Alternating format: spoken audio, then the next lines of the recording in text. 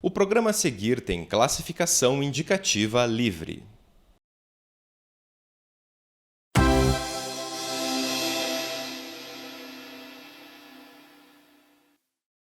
O que se trata, portanto, nesse momento, é de conhecermos, de compreendermos a proposta do Futurice, que possamos refletir sobre ela, que possamos apresentar questões, que possamos, nesse caminho, capilarizar a discussão para toda a comunidade, porque, como eu disse no início, é fundamental que a comunidade esteja comprometida nesse debate.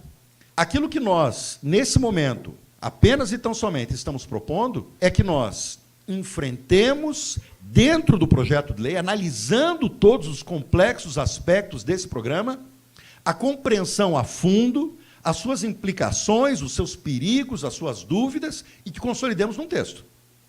A nossa tarefa, pelo menos até o fechamento da consulta pública, é evoluirmos, é caminharmos para chegarmos numa posição diante desse projeto de lei apresentado. Eu gostaria, antes de fazer meus comentários propriamente ditos ao texto, colocar algumas premissas que me parecem importantes, como esse projeto Futurice foi colocado para a nossa comunidade. Em primeiríssimo lugar, é necessário dizer que a grande questão para as universidades públicas e para os institutos federais brasileiros hoje não é o Futurice, é o presente. A situação orçamentária dos bloqueios da universidade não se alterou desde que, no início de maio, foram retirados 48 milhões e 300 mil reais da conta única da universidade. Isso significa, a exemplo de todas as instituições federais brasileiras, que as reservas estão efetivamente no fim. Estamos no conta-gotas. O grupo dos reitores das universidades está intenso nessa questão. E considero termos que fazer um debate que é estruturante sobre o futuro das universidades, sobre um projeto novo, como é esse Futurice, devia acontecer quando as condições para a manutenção e para a sobrevivência das universidades estivessem de outro jeito. De todo modo, não escolhemos os desafios que se nos apresentam, mas é necessário dizer que, antes do Futurice, precisamos olhar o presente das universidades, porque o presente das universidades é dramático. Talvez de uma maneira inédita na história da formulação das políticas educacionais estruturantes que venham a impactar, como o Futurice eventualmente pode impactar na vida das instituições de ensino superior, essa proposta aconteceu sem a consulta das entidades científicas, das instituições de dirigentes, das nossas universidades ou institutos federais. Os reitores das universidades, como a Andifes, souberam dessa proposta junto com a imprensa. Eu queria dizer, antes de entrar no que o texto diz, nas considerações sobre aquilo que o texto não diz. Porque considero que alguns silêncios do projeto de lei do Futurice são silêncios eloquentes. É um projeto que se intitula Programa Institutos e Universidades Empreendedoras e Inovadoras. O empreendedorismo, a inovação, a captação de recursos com o setor produtivo é o eixo dessa proposta. Mas essa proposta também tem sido apresentada como aquela que chegou para salvar as universidades federais. Se é assim, eu acho que é importante que todos os aspectos que envolvem a vida das universidades federais estejam presentes, e não apenas o empreendedorismo, a inovação, a captação de recursos. É curioso, inclusive no artigo 3º, que fala da operacionalização, artigo 3º desse projeto de lei, que a operacionalização do programa é dirigida ao ensino, à pesquisa, ao desenvolvimento, à inovação, à proteção e preservação do meio ambiente, à cultura, à saúde, e não fala nada sobre a extensão. Mas creio, a partir da leitura que fizemos, que a pesquisa tratada nesse projeto, nessa proposta, é, sobretudo, a pesquisa daquelas áreas que têm uma potencialidade de vinculação com o setor produtivo. Algumas áreas, sobretudo aquelas das humanidades, mas também, atenção, das ciências básicas, me parece que não foram contempladas adequadamente nesse projeto. Há uma ausência de conexão entre a quantidade imensa de propostas que esse projeto de lei traz, de um lado, e a articulação das políticas públicas de educação, que historicamente têm sido feitas, normativamente têm sido feitas, no nosso país. Em particular, não há nessa proposta, por exemplo, a referência ou a remissão à maneira como serão atingidas as metas instituídas pelo Plano Nacional de Educação. Quarta grande ausência, a dinâmica da inclusão. As universidades, concordem ou não, gostem ou não, acabaram se constituindo também numa dimensão importante de inclusão. Desde, sobretudo, os momentos da expansão das universidades, que começaram em meados da primeira década passada, primeira década desse século, que tiveram um grande impulso no Reúne, tiveram uma segunda leva de expansão, e tudo isso complementado com uma série de políticas de inclusão, com a lei das cotas, e, repito, concorde com isso ou não, não importa, o fato é que as universidades hoje têm um perfil em que a maioria absoluta dos nossos estudantes não fazem parte da elite econômica. Mas, efetivamente, não há no projeto uma preocupação com essa dimensão, que nós, concordemos ou não, repito, teremos que nos haver enquanto instituição. Creio que esse programa não leva em conta a imensa diferença existente entre as próprias universidades brasileiras. Nós temos universidades antigas, instaladas em centros urbanos, com possibilidade muito maior de interlocução com o setor produtivo, mas temos também um número imenso de universidades, em primeiro lugar, que foram criadas com vocações específicas.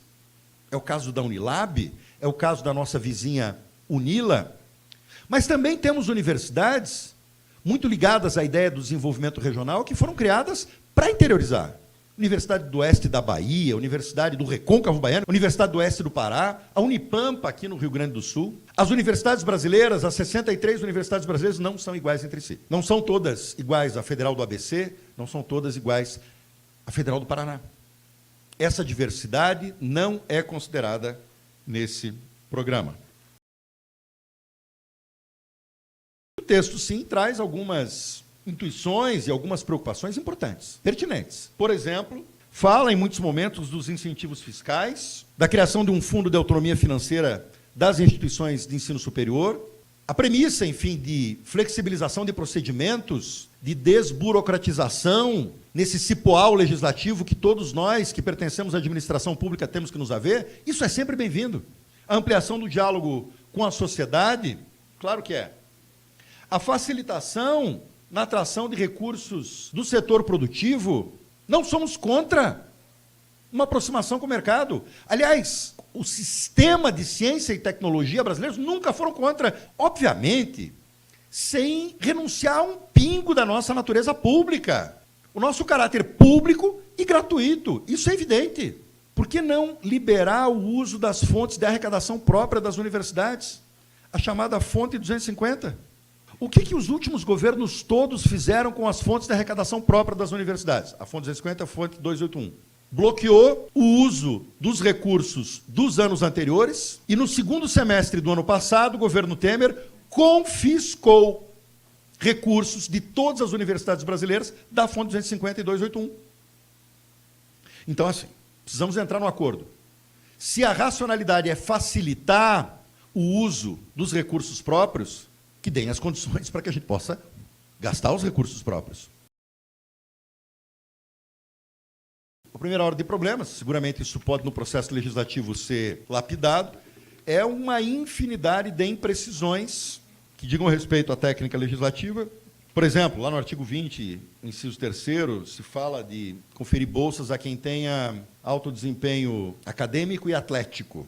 O pessoal da educação física falou, não se usa isso já há 30 anos na nossa terminologia.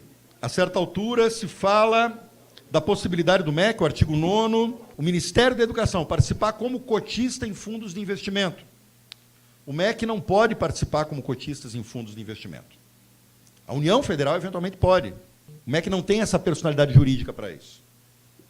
Se fala, num determinado momento, que os departamentos, dando a entender que são os departamentos de ensino, que compõem os setores, enfim, podem criar sociedades de propósito específico, sociedades comerciais, com propósito específico, o que também existe legislação que proíbe. Se fala, por exemplo, lá no artigo 3º, parágrafo 3º, inciso 2, que os planos de ação devem ser planos de ação de 4 anos. Isso não observa a complexidade das universidades. As universidades têm projetos que superam, muitas vezes, os 4 anos. Aqui na nossa universidade, um dos maiores projetos que temos, que é o projeto da cana-de-açúcar, o projeto Ridesa, é um projeto de 10 anos. Como é que faria para caber dentro de um plano de 4 anos? Uma segunda ordem de problemas, esses primeiros talvez sejam mais facilmente resolvidos, são as inconstitucionalidades que, creio, aparecem nesse decreto. Emblematicamente, quando ofendem o princípio constitucional da autonomia universitária, do artigo 207. Não há lei que possa contrariar a Constituição. Por exemplo, e apenas dou exemplos, o artigo 4º, inciso 3º, quando fala das competências das organizações sociais, e já chegaremos às organizações sociais, diz que é competência delas realizar o processo de gestão dos recursos relativos a investimentos e empreendedorismo, pesquisa, desenvolvimento e inovação. Então, isso não está mais na mão da universidade, está na mão da organização social, é isso? No artigo 11, parágrafo 2º, se diz, por exemplo, que ato do ministro de Estado da Educação irá estabelecer metas e indicadores de governança para as IFES e organizações sociais participantes, bem como prazo para adequação às diretrizes postas nesse artigo. Então, agora vai ser um ato, o que é uma portaria, do ministro da Educação, que vai dizer como é que vai ser a governança das universidades, quando o artigo 207, rememoremos, fala na autonomia administrativa, científica, financeira das universidades. Me preocupo ainda com o princípio da indissociabilidade do ensino, pesquisa e extensão. Em primeiro lugar, como nós vimos, a extensão, um dos pilares desse tripé, parece estar ausente. Aonde que está essa indissociabilidade? Segundo, existe como mecanismos, instâncias e práticas de governança a avaliação da satisfação dos alunos com os professores e disciplinas. Também se fala, em 2 outros momentos, sobretudo quando se fala do regime de trabalho dos professores, que ele pode, por exemplo, ser cedido para uma organização social, desde que cumpra a sua carga horária ordinária de aulas. Isso aparece em 2 outros momentos. Qual que é meu ponto aqui? Parece que aquilo que fazemos na universidade como atividade docente, como atividade acadêmica, é só dar aula. É só ensino. E eu quero dizer aos estudantes que eu creio que nós, universidades públicas, temos que usar muito mais e melhor a avaliação discente como um instrumento de gestão para as nossas universidades, mas não podemos jamais transformar estudantes em clientes. Porque, na medida em que fizer parte da governança das universidades, a avaliação das aulas e disciplinas, eu acho que nós estamos caminhando para isso. Parece que o tripé foi desconectado entre o ensino, a pesquisa e a extensão. Terceiro grande problema, a implementação desse programa através de organizações sociais que devem fazer contratos com as universidades e com o Ministério, isso é a alma desse projeto. Organizações sociais, vocês sabem, surgiram naquela reforma do Estado, na segunda metade dos anos 90, são instituições, do ponto de vista jurídico, de direito privado, foram já bastante usadas em tantas experiências, em municípios, estados, Brasil afora, com resultados muito heterogêneos, foram usadas, sobretudo, no que diz respeito ao serviço de saúde, né? Organizações sociais para atendimento de saúde, hospitais, etc. Foram usadas massivamente no estado de São Paulo, foram usadas com resultados não positivos no estado do Rio de Janeiro, não positivos no sentido de que denúncias de nepotismo, de desvio da finalidade pública acabaram sendo muito frequentes. Mas, pois bem, esse é um mecanismo jurídico que já existe há muito tempo, esse mecanismo é a alma desse projeto. Tudo será realizado, do empreendedorismo, a inovação, etc., através de organizações sociais. E aqui talvez tenha uma outra ausência eloquente, que eu não falei antes, e que agora cabe relembrar. As fundações de apoio. Se falam das organizações sociais a todo momento, e não se fala em nenhum momento das fundações de apoio. Mas não é a mesma coisa? Alguém poderia me perguntar. Eu respondo, não, não são a mesma coisa. Juridicamente não são a mesma coisa. Ambas têm a flexibilidade de pessoa jurídica de direito privado, só que as fundações, elas são fiscalizadas pelo Ministério Público, elas são objeto de um controle social, quer pelo TCU, quer pela CGU, muito de perto. Ela tem que prestar contas para a própria universidade. Ela existe em função da universidade. De outro lado, as organizações sociais não sofrem esse controle como as fundações de apoio do Ministério Público, do TCU, da CGU. A qualificação ocorre por aprovação do ministro ou titular do órgão supervisor. A fiscalização do contrato de gestão, onde entram as organizações sociais, é realizada pelo órgão ou entidade supervisora, na área de atuação correspondente. E, aliás, esse projeto de lei cria, inclusive, a possibilidade de remuneração dos conselheiros da organização social, coisa que hoje não existe. A dúvida que fica, e considero isso de fato um problema, é: por que a organização social? Porque a questão é essa, né? Uma série de objetivos que são colocados aqui nesse projeto de lei podem ser alcançados sem organização social. Podem ser alcançados, inclusive, com uma legislação, embora bastante burocrática, já disponível hoje, a lei de inovação, a lei das fundações de apoio. E por que, então, não pensar em mecanismos de desburocratização de tudo isso? Por que uma organização social? Colocados os problemas, eu quero passar, sempre, enfim, na nossa leitura, a essa parte das dúvidas, obscuridades e lacunas.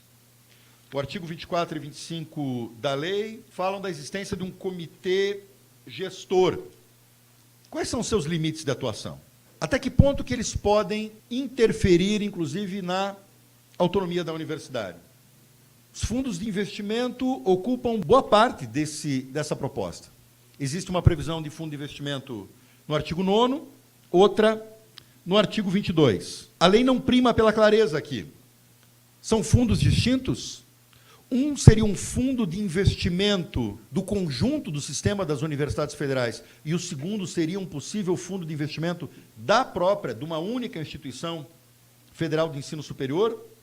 Terceiro, como dúvidas, obscuridades e lacunas, a lei é pleníssima, de remissões a outras instâncias futuras de regulamentação daquilo que está estabelecendo. Sejam, isso será previsto em regulamento, isso será previsto em ato do ministro da Educação, isso será previsto em ato do Poder Executivo, isso será previsto pelo Comitê Gestor dos Fundos de Investimento, e efetivamente não fica exatamente claro o alcance desses atos, desses regulamentos, desses comitês gestores. Dou exemplos. As diretrizes da política de pessoal é remetida a um regulamento, artigo 3º, parágrafo 3º, inciso 5º, a linha A. As próprias competências das organizações sociais, previstas no artigo 4º, entre elas está assim: exercer outras atividades inerentes às suas finalidades. A mim, parece uma cláusula aberta. Quais são outras atividades inerentes às suas finalidades? Dependendo da interpretação, a organização social pode tudo. A remissão a atos do ministro da Educação para estabelecer metas de governança para as IFES, artigo 11, parágrafo 2º. Vejam que o funcionamento do Comitê Gestor do Fundo de Autonomia Financeira é estabelecido por ato do Poder Executivo e poderá propor o uso de percentual de recursos do principal para aplicação nas finalidades previstas no parágrafo 1º do artigo 1º.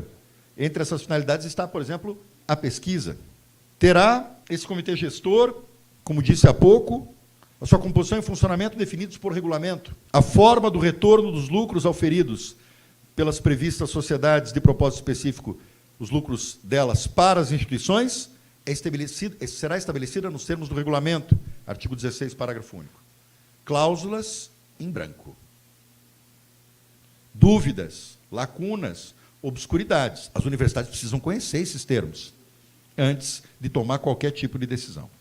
Outro conjunto de dúvidas diz respeito aos impactos que acontecem nas carreiras docentes. No que diz respeito à cessão de servidores para as organizações sociais, também existe um conjunto de dúvidas das cessões de bens imobiliários, no artigo 8º. Que bens imobiliários podem ser cedidos? Tem uma dúvida se são bens da União, da SPU, ou bens da universidade, campus de Piraquara, campus ali do Centro de Visão, na Batel.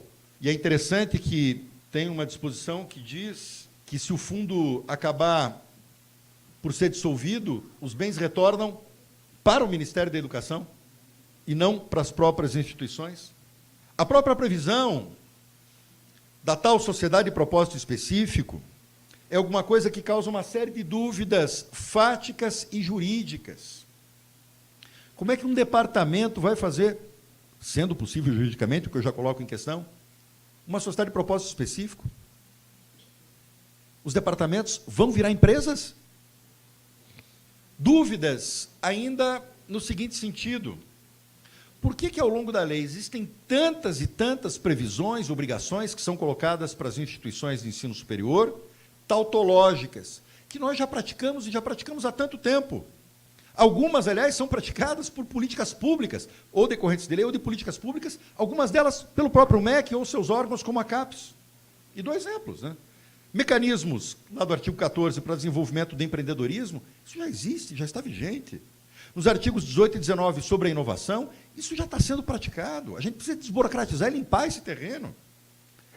Os royalties, estratégias de internacionalização, previstas no artigo 20 e 21, existia uma quantidade de políticas públicas que estavam no caminho sobre isso. Para nós é bastante eloquente, está muito na memória o print que aconteceu no ano passado e que a universidade entrou com tanto sucesso e êxito. É como se, de repente, passássemos uma régua e tivéssemos que começar do ponto zero. A previsão da existência de ouvidorias. A Universidade Federal do Paraná tem ouvidorias desde 2005. Já existe uma lei anterior, se não me engano, de 2016, que já prevê. Tem a lei do acesso à informação, que prevê transparência. Eles determinam que haja simplificação administrativa, gestão de riscos, programas de integridade, coisas que, inclusive, em decorrência de lei, as universidades já praticam. Dá a impressão que se quer apresentar como um grande ovo de Colombo de coisas que já estão no arcabouço legal. Para concluir, existe uma série de receios, perigos. Acho que aquelas universidades que não têm uma vocação de captação de recursos de mercado, e não são poucas, quer pela sua natureza, quer pela sua localização geográfica, para essas instituições, a aplicação do programa ou será rarefeito ou será trágico. A universidade, há séculos, tem desempenhado o papel de ser o repositório do conhecimento, e não só do conhecimento aplicado, não só do conhecimento que se resulte em proveito econômico. As universidades, então, serão agora divididas entre universidades ricas e pobres? Pior, as universidades são o repositório do conhecimento, de todo tipo de conhecimento, há séculos. Nós nos orgulhamos, por exemplo, de termos polonês, de termos japonês no nosso curso de letras. Isso compôs o nosso processo de criação dos cursos, dada a nossa colonização, dado o perfil da nossa cidade. Temos um orgulho danado dos tradutores do latim e do grego que temos na nossa universidade, que têm sido premiados pelo Jabuti há tanto tempo.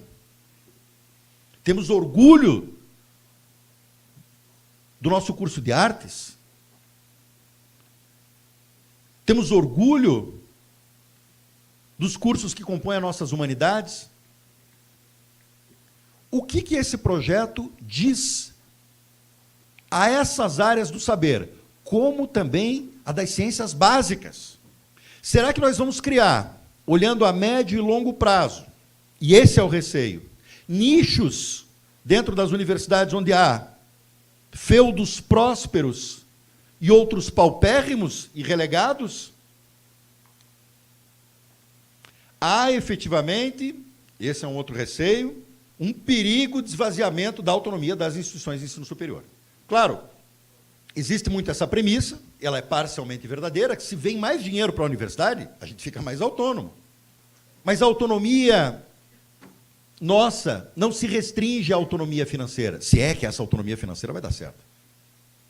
Ela também é essencial para nós no que diz respeito à nossa própria definição dos rumos científicos, acadêmicos, que nós queiramos tomar. Um perigo que foi pouco notado até agora. Essa lei no seu artigo 42, altera a lei de criação da EBSER, a Lei 12.550/2011, dizendo o seguinte, a partir de agora, esse é o projeto: os hospitais universitários poderão aceitar convênios de planos privados de assistência à saúde. Para aqueles e para aquelas, eu vejo tantos e tantas aqui, que estiveram presentes no momento tensíssimo para essa universidade, de decisão sobre adesão ou não à EBSER, o argumento de que a EBSER era uma empresa pública, não era uma OS, uma empresa pública, para 100% de atendimento SUS, porque é isso que diz a lei da EBSER, esse argumento foi decisivo para muita gente. Para mim, por exemplo, foi. A universidade faz uma adesão, e veja, eu estou falando da UFPR, mas poderia falar de tantas outras instituições Brasil afora, com base nessa premissa que compunha, portanto, o pacto inicial, e agora a gente muda as condições, dizendo que não vai ser mais 100% o SUS, com a possibilidade, essa que é a questão, não é que eu ache que a iniciativa privada sempre é um demônio, atenção, não se trata disso, mas são pesquisas e experiências que mostram que a eventual entrada de planos de saúde e de atendimentos privados pode canibalizar o atendimento público do SUS nos hospitais. A gente quer correr esse risco, esse perigo? Tem um grande receio, um conjunto de estratégias para a captação de recursos externos ao orçamento venham a significar uma diminuição do aporte público para as instituições de ensino superior. Isso não está escrito em nenhum momento, mas é um receio. O financiamento público das universidades precisa continuar a ser garantido, como acontece na maior parte do mundo. Quem que financia a ciência básica? É sempre o poder público, o financiamento público. Vejam que tem períodos de transição até a formação dos fundos de investimento, isso que está previsto ali, a formação de fundos de investimento que possam ter rendimentos para realizar os objetivos aqui estabelecidos nesse programa, podem ser coisas que durem 10, 15 anos, existe um período de transição, portanto. Como é que vai ficar o financiamento das universidades até lá? Eu quero essa resposta. Tem um grande receio da carreira docente, da carreira científica ser reduzida a um professor que dá aulas. Como, eu já lhes disse, indicado lá no parágrafo 3º do artigo 10º, no 18 caput, no artigo 11, inciso 7º. Aqui é importante que a gente relembre toda uma luta histórica, os mais antigos vão lembrar disso, para que a carreira docente fosse estruturada como ela é. Uma carreira docente que implica em limites de carga horária para garantir a possibilidade do desempenho de atividades de pesquisa e extensão. Eu acho que posso afirmar, sem medo de errar, que é esse caráter de uma carreira docente que viabiliza o exercício da extensão e da pesquisa, é que faz, em grande medida, que as universidades públicas brasileiras sejam o foco da produção do conhecimento nesse país. Isso é que explica, em grande medida e de maneira geral, salvo algumas exceções, a diferença gritante que existe entre a produção do conhecimento nas universidades públicas e nas universidades privadas brasileiras. Professor dá aulas, mas ele faz muito mais do que isso, ou deve fazer muito mais do que isso.